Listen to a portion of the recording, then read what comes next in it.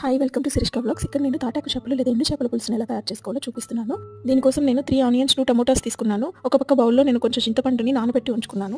Stove మీద గిన్నె పెట్టుకుని అందులో ఆయిల్ వేసి తిరగమాత గింజలన్నీ వేసుకుని అవి వేగాక ఆనియన్ ముక్కలు, సాల్ట్, తర్వాత టమోటా ముక్కలు కూడా వేసి మూత పెట్టి ఉడికించుకుంటాను. అవి వేగేలోపు ఈ ఎండు చేపలను నీట్ గా వాష్ చేసి పెట్టుకున్నాను. వీటిని రిబ్బన్ ఫిషెస్ లేదా తాటాకు చేపలు, ఎండు చేపలు అని కూడా అంటారు. వీటిని కూడా వేసుకుని కాసేపు ఈ ఆయిల్ లో మగ్గనివ్వాలి. ఇందులో చిటికెడు పసుపు వేసుకుని బాగా కలిపి కాసేపు ఉడికించుకోవాలి. తర్వాత రుచికి సరిపడా కారం వేసి నీట్ గా కలిపి మూత పెట్టి ఉడికించుకోవాలి. తర్వాత ఇందాక మనం నానబెట్టి ఉంచుకున్న చింతపండు పులుసు ఏదైతే ఉందో దాన్ని ఇందులో వేసేసి బాగా కలిపేసుకుని చక్కగా మూత పెట్టి ఉడికించుకోవాలి.